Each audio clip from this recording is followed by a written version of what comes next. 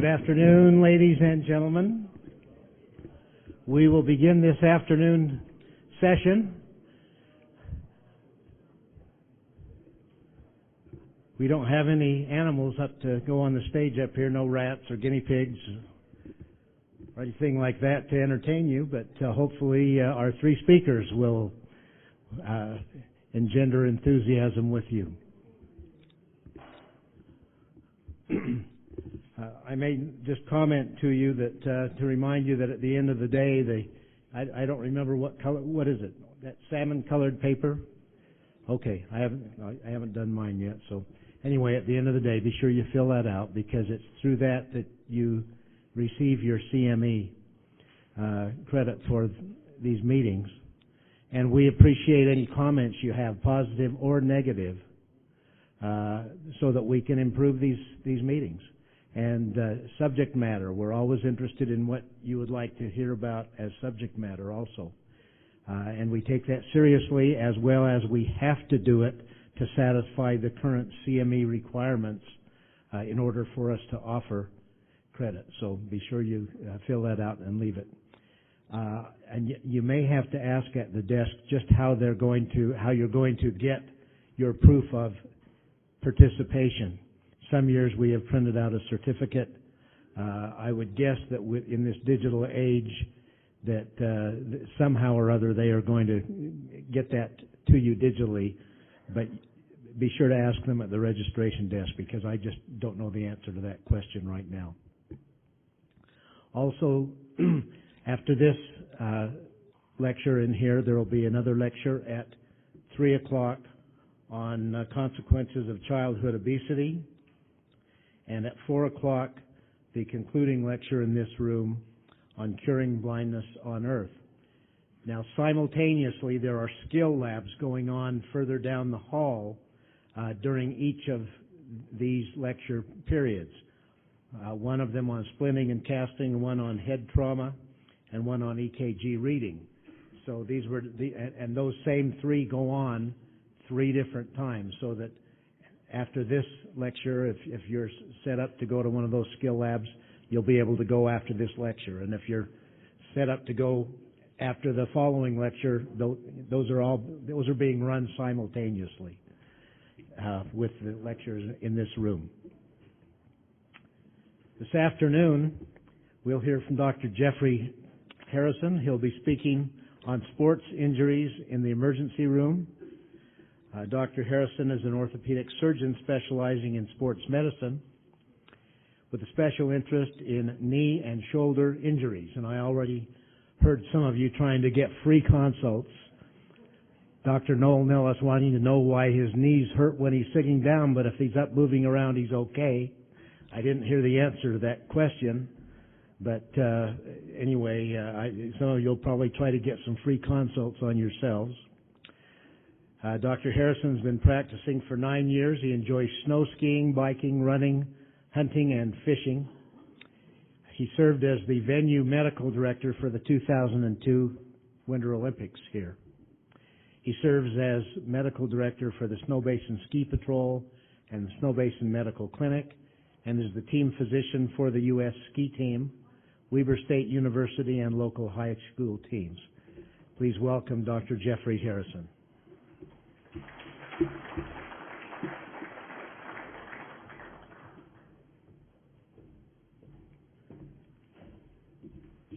Thanks.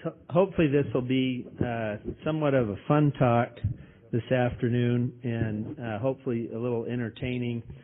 They asked me to talk, and a lot of orthopedics is emergency surgery and most of it's fractures that we all think of orthopedics, but to try to think of sports injuries in orthopedics, I went to our trauma guy in our practice and I said, hey, what would be your top 5? And do they match my top 5? And we came up with our top 4.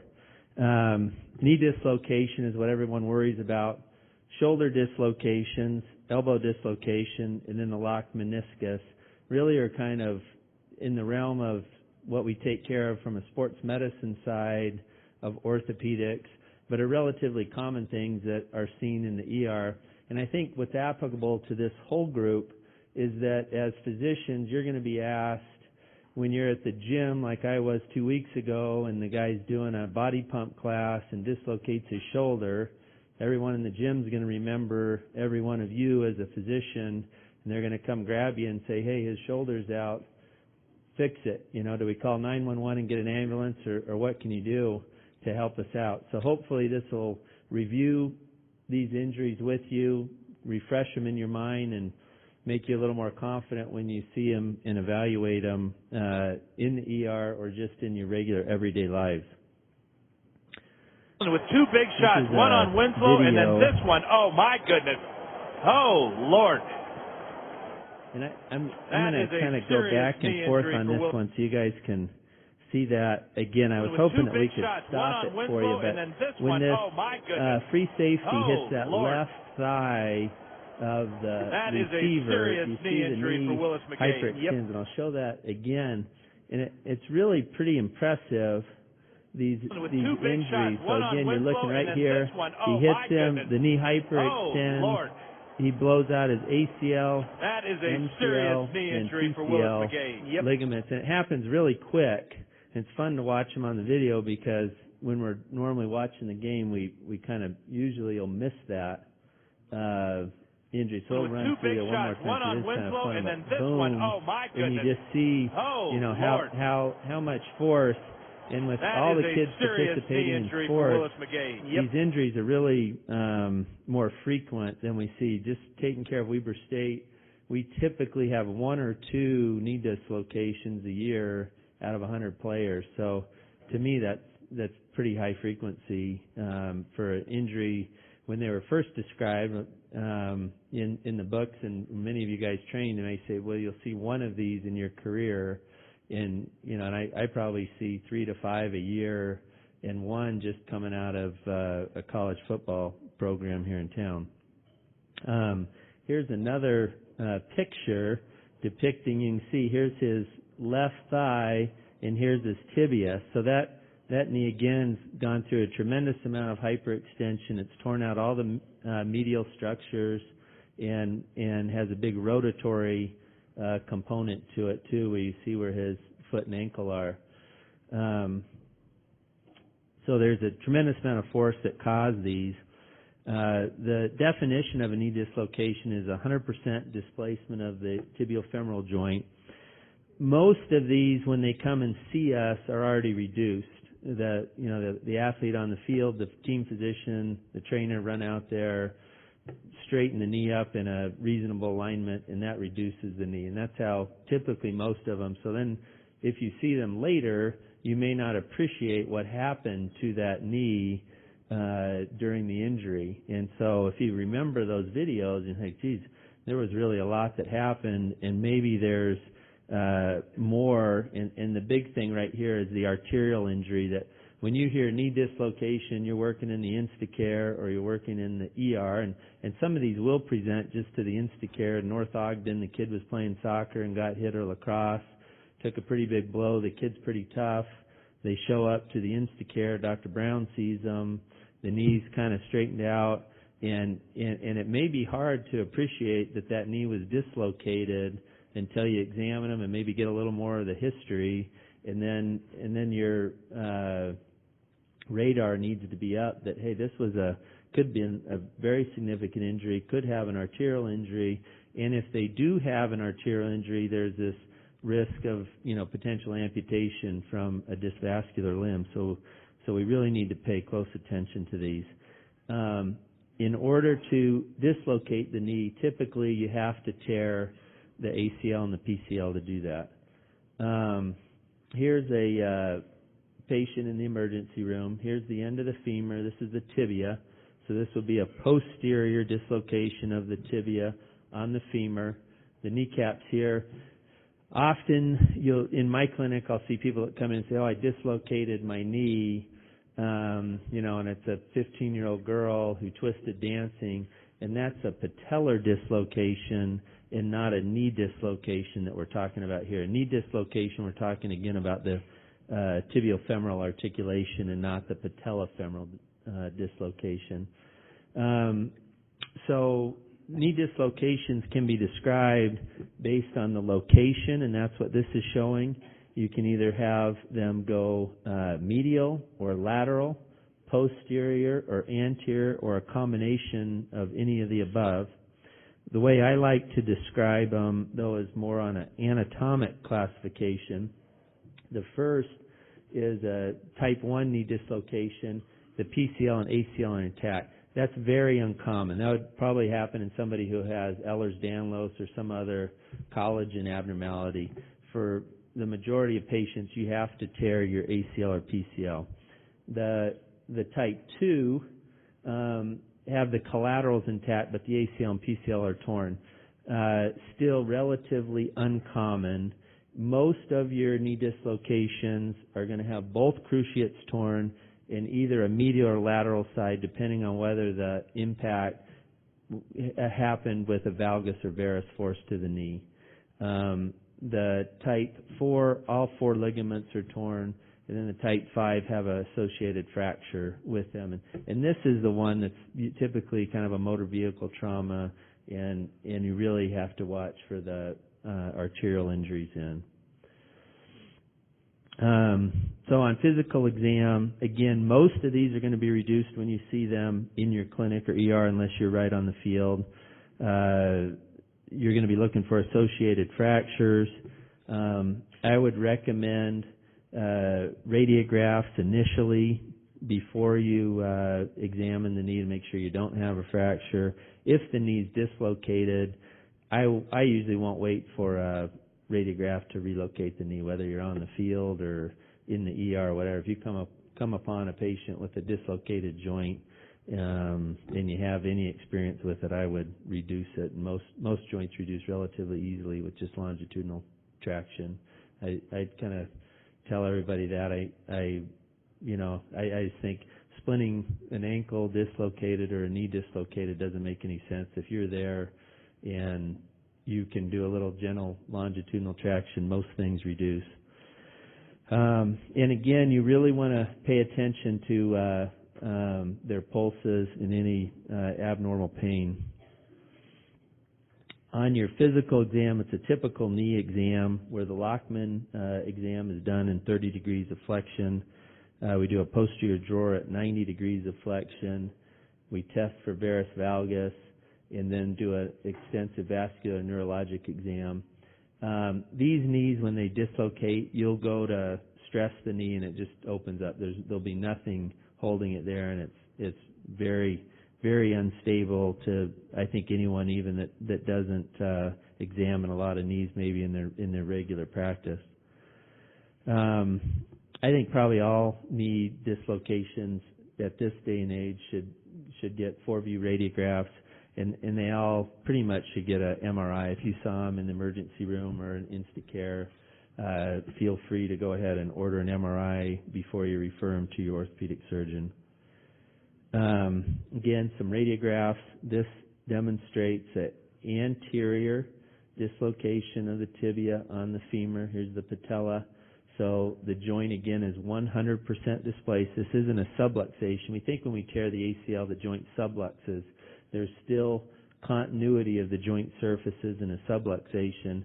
In a dislocation, you lose total joint continuity. Here's a radiograph of a posterior dislocation. Again, the femur now is anterior, the tibia is posterior. And again, you may have an ACL intact there, but typically, for sure, the PCL is torn to get in that position, and most likely the ACL as well.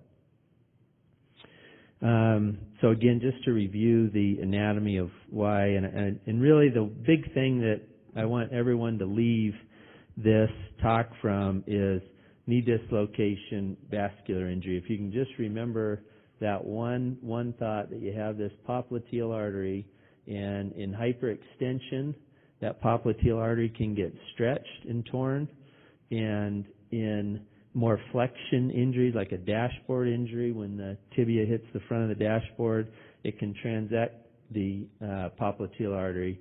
And some of the injuries to the popliteal artery can be these intimal flaps. The real transected one, where blood's going everywhere, are easy to diagnose. These intimal flaps are the ones we worry about, and we're going to talk about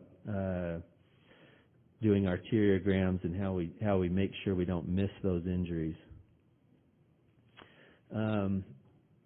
It's interesting.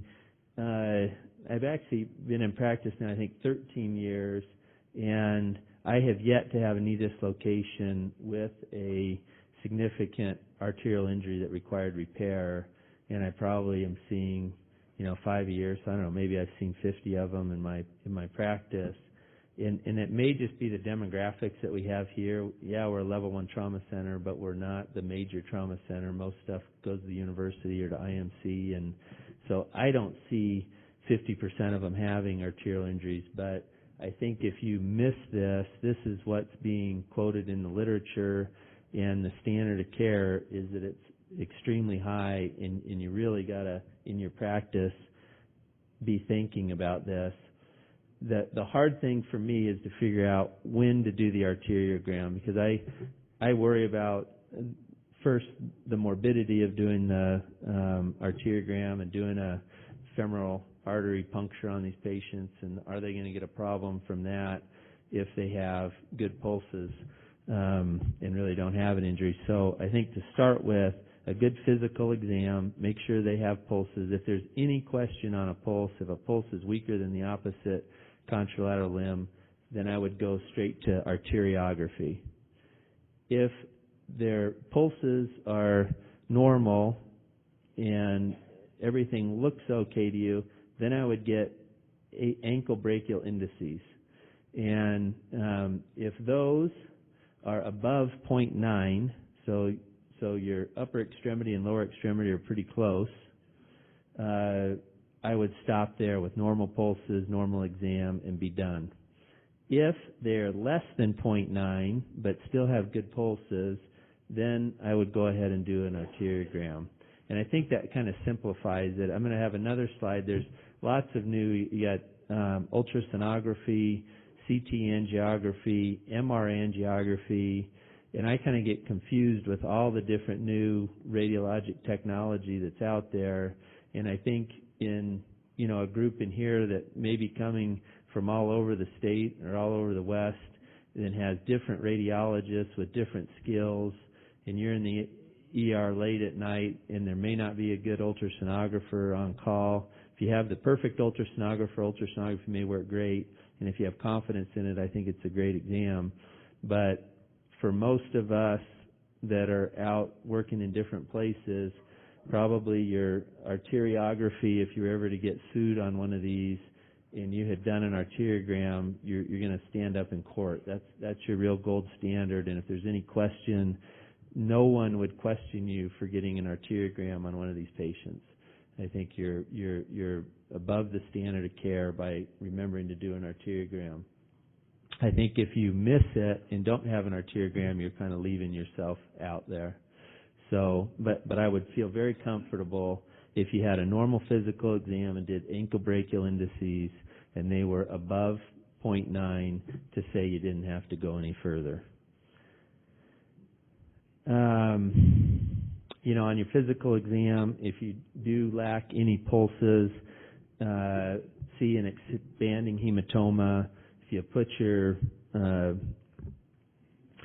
auscultation and heard some sort of bruit, anything like that, I think you gotta call a vascular surgeon and get an arteriogram immediately.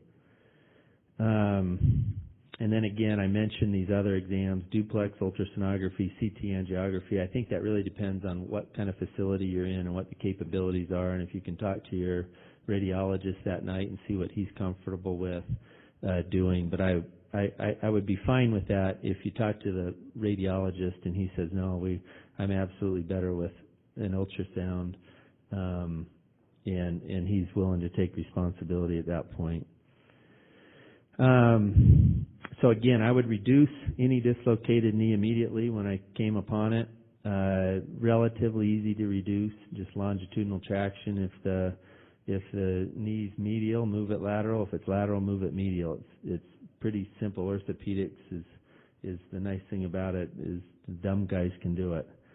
And then reevaluate, make sure their neurovascular status is intact after you do your reduction.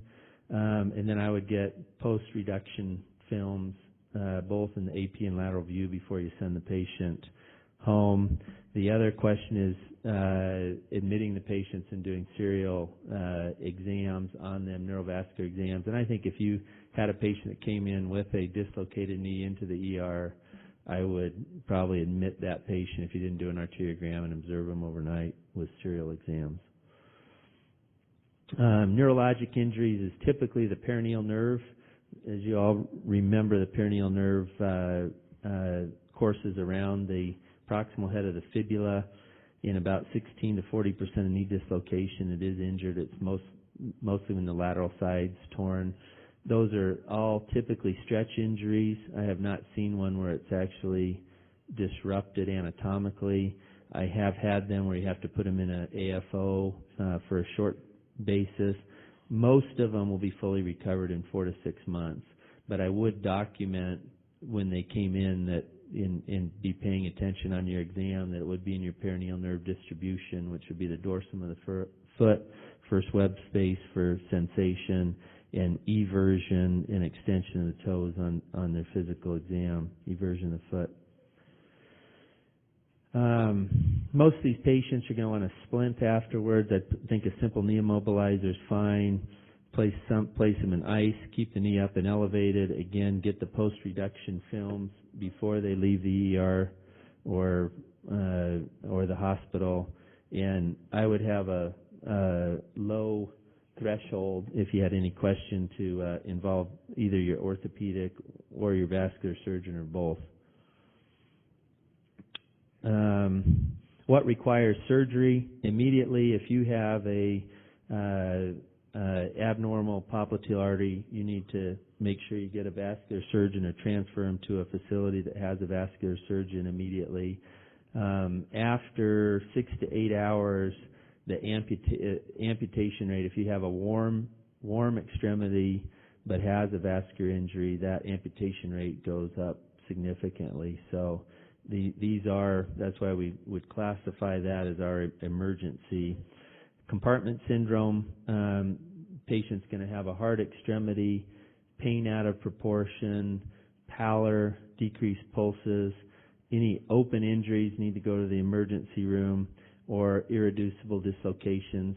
The only irreducible dislocations that I've had have had an associated fracture with them. With just ligamentous injuries, I've been able to reduce those without having to go to the operative room. And then the definitive management, I'm going to talk a lot about how we fix it orthopedically, but typically what I would do with these is address the ligaments, the soft tissue dissection acutely, meaning within probably a week to 10 days, repair the collateral ligaments. The dissection's much easier than if we do it delayed because it gets scarred in. That's why the MRI is important. Sometimes, especially with the PCL injuries, if they peel off of the femur and there's most of the ligaments intact, I'll actually repair the PCL versus most of the time we end up reconstructing everything later. So it's nice to not have to reconstruct if we can repair those. And then the ligaments that I can't fix initially, I'll come back 3 months later and then reconstruct everything else that needs to be done. So, moving on, shoulder dislocation. Out of the action of that play. So, 11 of 25 from the field, coming in to help out defensively. Got his hand in there and something obviously on that. So this one's a little harder. I'll put my pointer on it to see that here number was out of the action of that play. He goes up to defend this player right there, dislocates the shoulder. So it's an abduction, external rotation injury. One more time. It's kind of, that really shows, it's kind of like a picture's worth 1,000 words. But here he is, he goes up right there, comes out. You see him grabbing his arm. Then here he is, boom, the shoulder's out. And then he goes back to the bench. And I think I've got another picture. Here's your basketball player with the shoulder dislocated. So again, that's a pretty frequent thing that I think you guys can see, and whether you're in the ER or just in your activities of daily living up on the ski hill or at the gym. And basically the position that you're going to dislocate is kind of the position where you're spiking a volleyball. Abduction, external rotation, like that basketball player was defending the other player. The shoulder's going to pull back. You're going to tear the anterior ligaments and labrum in the shoulder. Really, 1% of the population, almost 2%, is relatively common. I mean, we probably reconstruct 100 of those a year. It's relatively common procedure. Most of them are males. We see these after adolescence because the younger kids end up having growth plate injuries and they don't tear the ligaments just like everywhere else in the body. And the frequency with sporting injuries is extremely high. We see it a lot with our wrestlers in this community, football players, and basketball players.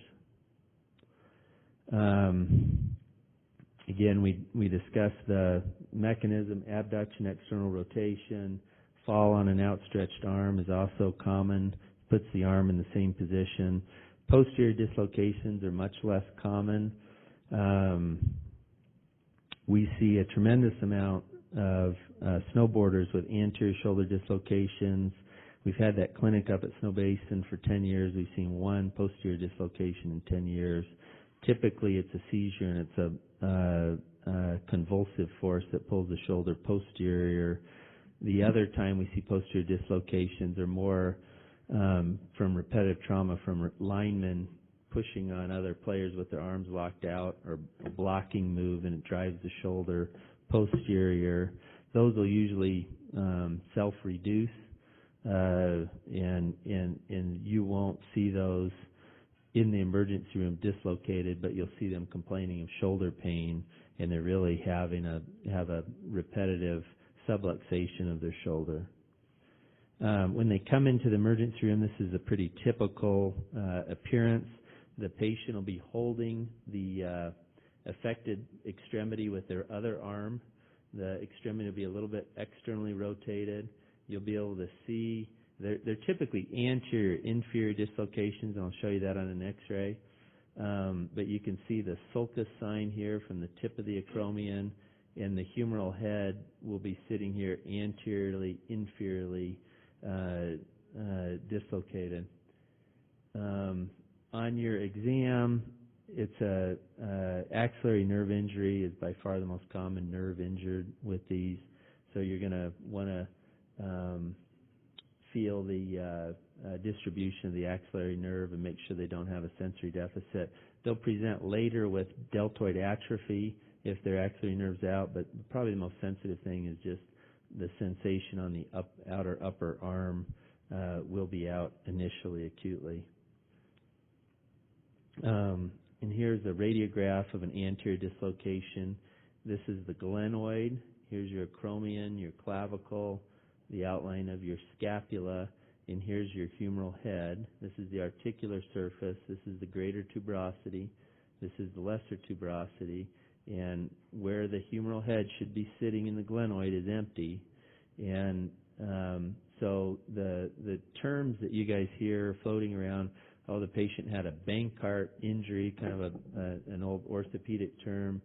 And what's happened there is they've torn the labrum in the ligaments off the anterior inferior glenoid. And then the other term you hear is a Hill-Sachs lesion, and that's the depression fracture in the posterior humeral head.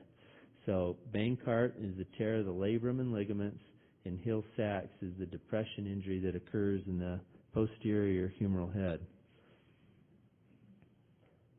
Posterior dislocation, this is an axillary radiograph. This is the outline of the clavicle. This is the acromion. This is the glenoid, and here's the humeral head. The humeral head should be sitting up on the glenoid like a golf ball on a tee, and you can see it's 100% dislocated posteriorly. And that's the same shoulder that's now been reduced. This patient now has what we call an anterior Hill-Sachs lesion, or this defect in the anterior humeral head from where it was dislocated and where it perched on the posterior glenoid caused this depression fracture in the humeral head. So, how do you reduce these? There's like over 50 described techniques to reduce shoulders. So I took the, I don't know, right or whatever, since it's my talk, to show you the way that we do it up at Snowbasin. And this was actually described by a doctor down in Salt Lake that had a clinic up at Snowbird, and he reduced a bunch of them in the Snowbird clinic without any sort of anesthetic. When I was a resident, I learned the technique, and we've used it up at Snowbasin without any anesthetic. It was interesting. I was at an academy meeting the other day, and everyone's trying to figure out, you know, what we do in medicine, and is there any scientific basis behind what we do? And so then they write these papers on shoulder surgery to say, you know, it's more than that, 99% of what you do is just based on expert opinion, and there's no real scientific basis behind what we do. And of everything in shoulder surgery, they came up with two things that they said there's really scientific basis that maybe it's better. One of them was injecting shoulders when you reduce them with lidocaine versus not injecting them, that maybe that's better. But I can tell you, we've probably reduced 200 shoulders without any lidocaine in them, without any problem. I've done them both ways, so I don't even believe that may be the one thing that's proven by these scientific studies. I don't know that it works for whatever that's worth. I don't think you need any lidocaine. I don't think you need any conscious sedation. I think if you sit the patient upright, I've got a little, you can use anything. I did this in the gym the other day and used the guy's belt, but this is a piece of stockinette tied in a knot right here. I've got my foot in the stockinette. If the patient's shoulder was dislocated right here, it's kind of that same position that I showed you a second ago, the guy with his hand holding it here. You take his hand off, you put your hand on his forearm, and then gently put inferior pressure and internally and externally rotate the shoulder, and it'll pop back in immediately. I mean, it takes very little effort. The muscles fatigue.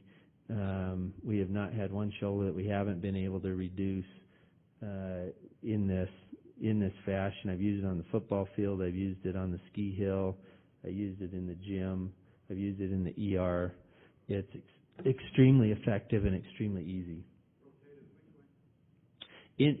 Typically a little external rotation, but you just gently start to move it as the muscle fatigues and the muscles relax and the shoulder relocates. It's very impressive how quickly and easily this works. So the prognosis, the problem with shoulder dislocations is once you've torn the labrum and the ligaments, they really don't heal to the anterior glenoid, and so there's a very high recurrence rate, especially in our young patients. Probably as high as 80 to 90% of young patients will redislocate. If you're over 40, that dislocation rate drops significantly. Over 40 and especially over 50, what I'm more concerned about is the rotator cuff. In the younger patients, the tendons, i.e. the rotator cuff, don't tear. When we get over 40 or 50, our tendons don't have the same elasticity that they did when we were 20, and we end up tearing the rotator cuff. We usually don't continue to have instability because most of us have some underlying arthritis anyways, and we're becoming stiff as we age, and so I typically won't acutely operate on an older patient, but I will get an MRI now on almost all my patients over 40 and make sure if there's any question that they haven't torn the rotator cuff, and if they have, then we would repair the rotator cuff.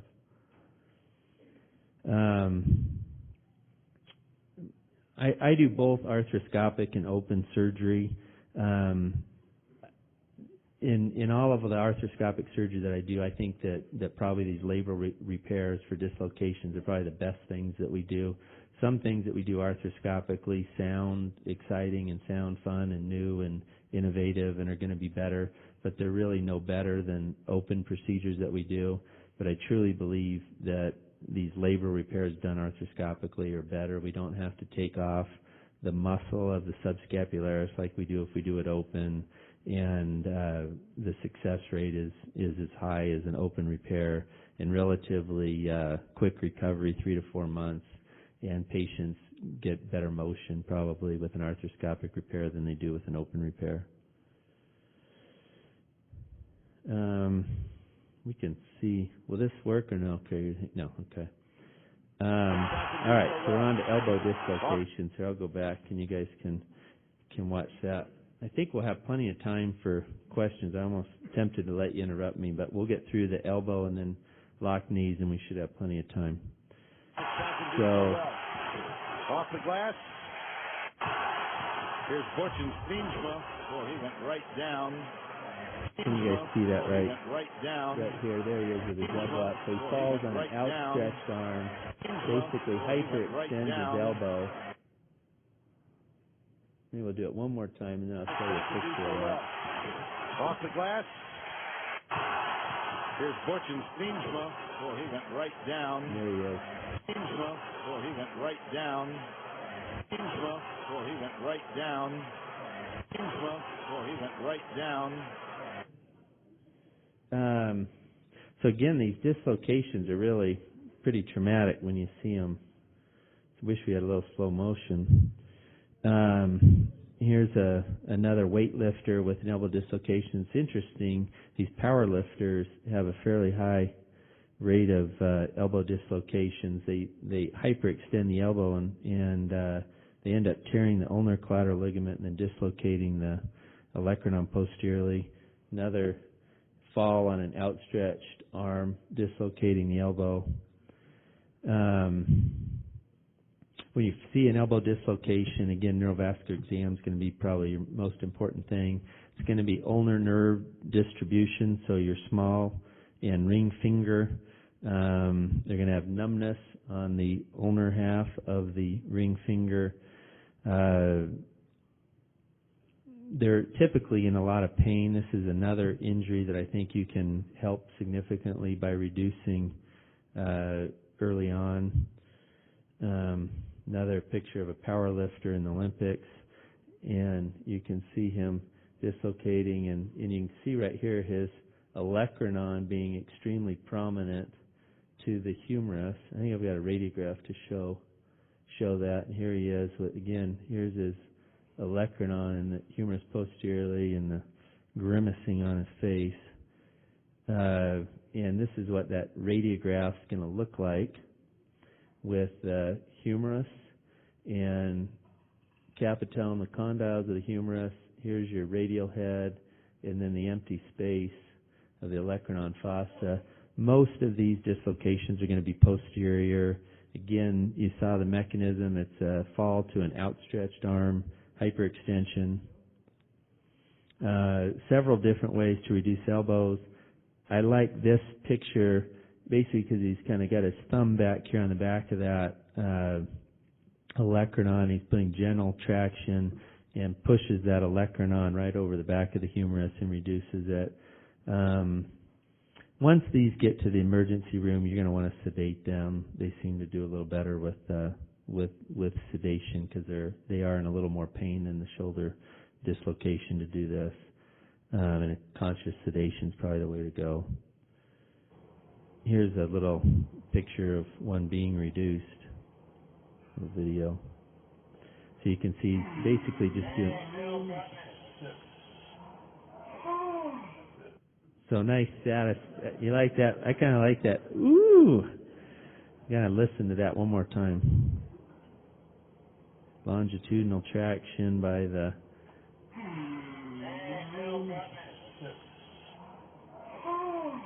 Yeah, so guy looked like he was under conscious sedation and reduced, and then you're kind of a hero all of a sudden in a hurry. Can have brachial artery disruption. I think it's pretty uncommon without a fracture, though. Ulnar nerve up to 15%. median nerve again. If the brachial artery were damaged, the median nerve's probably going to be out as well. This demonstrates a lateral dislocation and associated condylar fracture that are common with these injuries. The good news with elbow dislocations, rarely do we operate on them. Once they're reduced, that's the biggest thing. It's pretty hard for them to redislocate again. They'd have to bring the elbow into full extension, and they're typically sore and swollen and enough pain that they're going to avoid extending their elbow. We put them in a posterior splint for 1 to 3 weeks. We allow them to flex the elbow. We don't push extension early on. And we've had quite a few athletes return to sports without surgery from this injury. And then the last injury that I was going to talk about is the bucket handle meniscal tear when the knee's locked. When I was a resident, I had the chief resident come and grab me and said, "Hey, we're heading to the ER. We got a guy down there with the locked meniscus." And it seemed a little excessive to me, and so I kind of tentatively put this as a emergency. I think it's urgency rather than emergency. But saying that, yesterday morning I had a call at 7:30, and a therapist in town's daughter fell off a 1,000-foot cliff and had a bucket handle meniscal tear, and her knee was locked, and she felt it was pretty urgent that her meniscus get taken care of with her knee stuck. So we don't think of them as true emergencies. There's probably not a vascular injury of a knee dislocation, but patients are pretty uncomfortable when they tear their meniscus and it locks in their knee, and to them it's probably going to be fairly emergent that it get taken care of. How do these happen? It's typically a rotational force. The knee's in extreme flexion. We'll see it a lot in wrestlers. The medial meniscus tends to bucket more than the lateral does, probably because the lateral meniscus moves typically normally anterior to posterior, and the medial meniscus doesn't. If you do have an ACL tear, and that's one of the reasons why we end up repairing a lot of ACL tears, is your risk for meniscal tear with an ACL deficient knee is extremely high. Probably in 5 years, your risk, there's a paper out recently, over 60 to 70%. So one of the big reasons why we do advocate ACL reconstruction is we want to avoid these meniscal tears later, even if patients can tolerate the instability from the ACL. These patients will present with acute joint line pain. They can't extend the knee. They'll usually get an effusion, and they just say, "Hey, I can't get my knee straight, doc," and they show up, and when you go to extend their knees, this right knee is bent 25, 30 degrees, and it's painful every time you try to push them into full extension.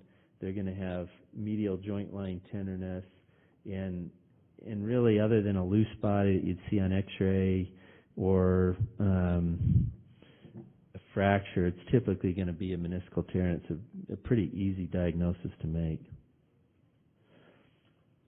But I would get radiographed. If I feel strong, I don't get an MRI before taking this patient to surgery. I think it's a clinical exam and radiographic. And then the MRI of the knees is kind of exciting to look at. You'll see this is the anterior horn of we know we're on the lateral side because the fibula is here, but here's the anterior horn of the lateral meniscus, and here's the posterior horn of the lateral meniscus that's displaced anteriorly. On a lateral view, this is actually a medial meniscal tear now. Here's the posterior cruciate ligament, and they'll call it the double cruciate sign, where the medial meniscus is flipped into the intercondylar knot. So you see the normal PCL, and now you see what looks like maybe a PCL, but it's actually the bucketed portion of the medial meniscus. And on a coronal image, we'll see the normal meniscus, and then here's the bucketed meniscus where it should be here. Now it's stuck in the intercondylar notch, and this is the lateral side. This is the anterior cruciate ligament, the posterior cruciate ligament. At surgery, these look like this is what we call the bucket tear. This is the remaining meniscus. This is the femoral condyle. This is the tibial plateau. And we repair that arthroscopically with some sutures. A tear like that probably has a 90% success rate in healing. And we feel like it will allow normal biomechanics of the knee later. So we feel it's real important to try to repair all these big bucket handle tears. So I think we're pretty close, right on time. Any questions regarding those injuries? You have one question.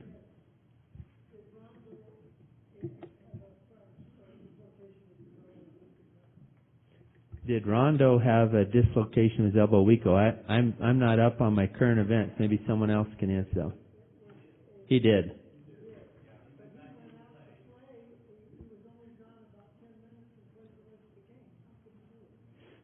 So the question was, how can he come back to play after dislocating his elbow? I would think that would be difficult. So that's a tough guy. It tells you that's an inherently stable dislocation once you get it reduced. Kind of what I was telling you before.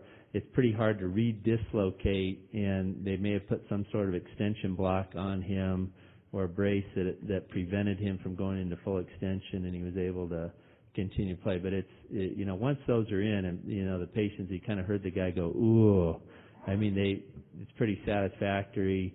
They typically have torn the ulnar collateral ligament on the inside of their elbow, so I would think that would be pretty painful.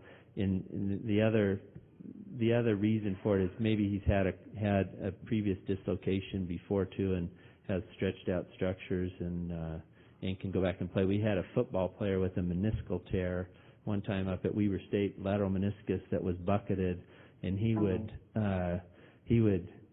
get that fragment to flip into the joint in the middle of the game. He's a wide receiver, and his knee would lock up, and then we'd drag him off the field and bring him over, and I'd pull on his knee and reduce it, and he'd go back in, and we did that at Idaho State, and on the third time we sent him back in, all the fans booed him because they were so upset. At first they were kind of clap and feel sorry for him, and then by the third time we sent him back out there, they'd had enough of that and wanted to keep him off the field. So, it's probably not the greatest thing to do when these athletes get reduced and go back in. Shoulders, the kids that are recurrently dislocating, we've had kids even this year. One of the players up at Weber State had an unstable shoulder, and he played through the whole year, and then as soon as the season was over, got it fixed.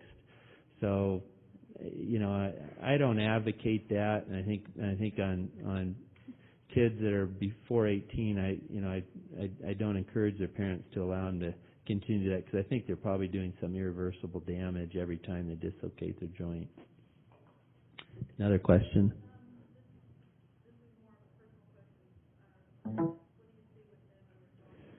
So the question is, what do we see with gymnasts?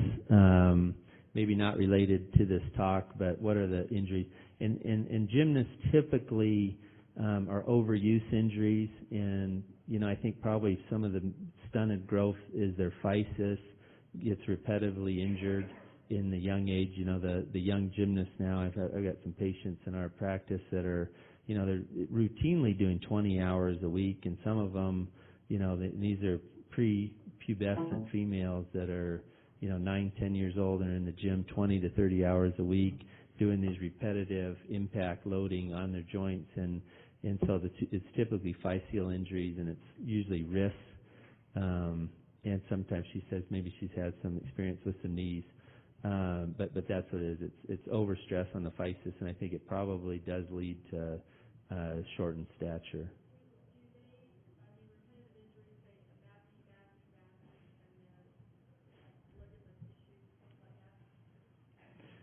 So her question was, does that lead to ultimate failure of the ligaments or other injuries? I don't think it leads to ultimate failures. I think it's more of a repetitive impact loading to the cartilage, which worries me more, in conditions that we call like osteochondritis dissecans. Osteobone chondritis is the cartilage inflamed, and dissecans means it becomes dislodged. So bone death after recurrent impact loading injuries. And there's a recent article that young tennis players too, now all these tennis players are going to these academies where they're practicing 4 hours a day at a very young age, and it's very stressful on the joints. And I think we're going to see more and more of that now, because I think most parents, one, they can't afford to have their kids in more than one sport, and two, everyone feels that these sports are so competitive at a young age that to have their kid to have any chance to be competitive, they have to square up on one sport at an early age, and then you do have these repetitive loads, and the kid who's throwing, and it's not just pitchers anymore that I'm seeing with the little leaguers, it's the catcher that's throwing back to the pitcher, and they're playing comp baseball all year long, and they're down in St. George and Vegas, and so there's just a lot more repetitive injuries to their growth plates that probably aren't going to be good in the long term. And I think the long-term burnout of those kids is tough, because even if they have success at 9 or 10, it's hard to continue to have success or interest in a sport when you're 16 or 18. And the parents had enough of, kid wants to keep going, but the parents tired of going 30 hours a week to the gym, or worried about the injuries.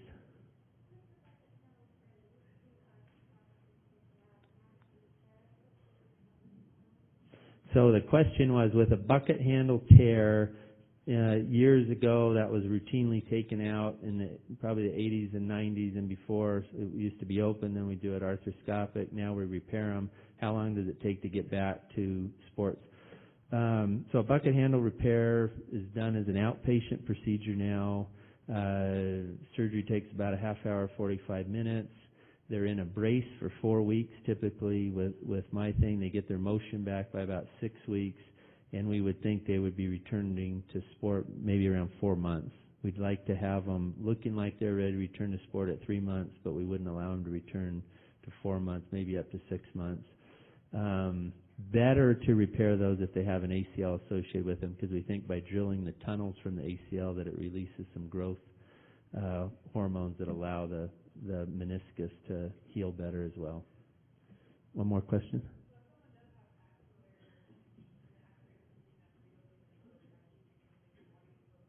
Yeah, so her question is, she sees the patient in the ER, the shoulder's dislocated, she doesn't appreciate that they have an axillary nerve problem before, then she goes and she reduces it, and now the axillary nerve's out. So better that you should have documented it that it was out before you started. 'Cause typically it will be, but I would get your post-reduction films if that shoulder is reduced and they have a reasonable range of motion, and you have two opposing views, so an AP and an axillary, not two APs. We'll have these two, one view is no view. You got to have your views 90 degrees from each other. And if it's well reduced, congruent joint, I'd leave it alone and say, hey, tell the patient, hey, your nerve's out. It's probably a stretch injury that occurred with the thing, and we'll watch it and follow up. I wouldn't intervene and explore that. And in any of these injuries, you're not going to, whether it's a peroneal nerve from a knee dislocation or an axillary nerve, you're not going to explore those acutely. You would watch almost all those, and then if they didn't after 6 months, then that would be the point that you would get more involved with a neurosurgeon or somebody that wanted to do a nerve grafting procedure and really figure out where if it was torn. But it'd be very uncommon. Oh, Dr. Frizz.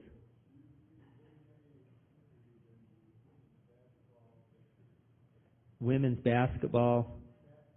Oh, women's fastball pitchers. Do we see many injuries? Yeah. We just got the softball team up at Weber State, so we haven't had a huge college experience of those here.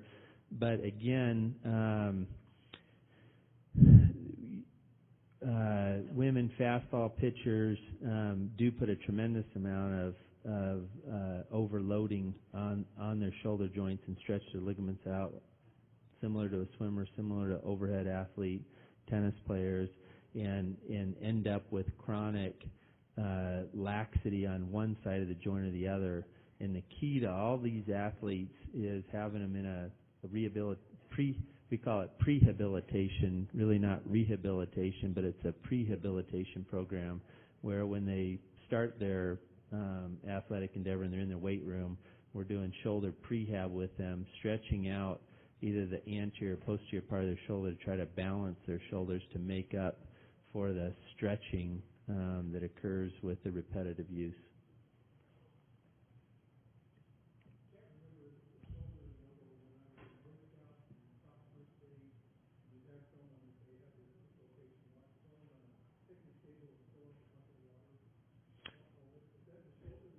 So yeah, that's the shoulder. So the question that he had is when he was in Boy Scouts, he was taught to reduce shoulders by having the patient lay on a picnic table and then take a bucket of water and hang that and have them hold the handle and then it would reduce. And all that, and all these methods basically are putting longitudinal traction on the arm. And again, I think any of them work. I showed you the one technique that we're real comfortable with here. It's not as common as some of these other ones described, but it's been very successful. And we've had several doctors that work up at Snow Basin that I think have adopted it as well and found it easy to use. But I think that works. I think that works as well. Yep. Popped right in, yeah. And it was shoulder. And shoulders are much more common than elbows. You very rarely see an elbow dislocation.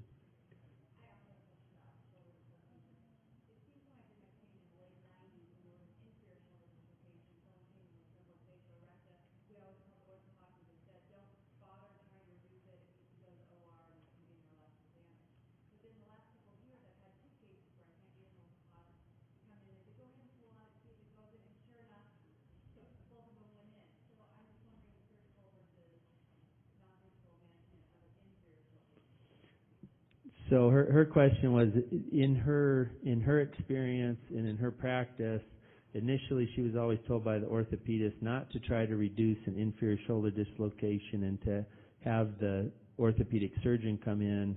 Now she finds that the orthopedic surgeons are much lazier and don't want to come in anymore and want someone to do all their work for them. And so she's forced to have to reduce these shoulders now, and she's able to reduce them. And I think that may just be a little bit of a change of how we all are practicing medicine. The guys with gray hair did everything before and knew every one of their patients, and probably were not doing quite as good a job with that, and aren't as hands-on. But I don't think there's any reason why you can't reduce. Yeah, I don't think there's an anatomic thing, and I think the patient you're describing is kind of a multi-directional patient that as you described it to me, and they're going to even be easier to dislocate, to relocate than the traumatic patient that may have that Hill-Sachs deformity where the fracture's levered on the anterior glenoid, and that one may give you more trouble relocating. But I think you'll find if you try reducing some of these fractures, or if you do call in your orthopedic surgeon, he comes in, have them let you do the reduction. If they do come in, say, hey, let me do this one, even though you're here. And if you get comfortable, you'll find yourself wanting to reduce them. And, I find that at that Snow Basin clinic, that's probably the most rewarding thing I do now is find a guy with a dislocated shoulder and come in there and put it back in, and you kind of walk out of there a hero, and they're happy, and they don't have to go to the ER, and it's a good experience for everybody. One more.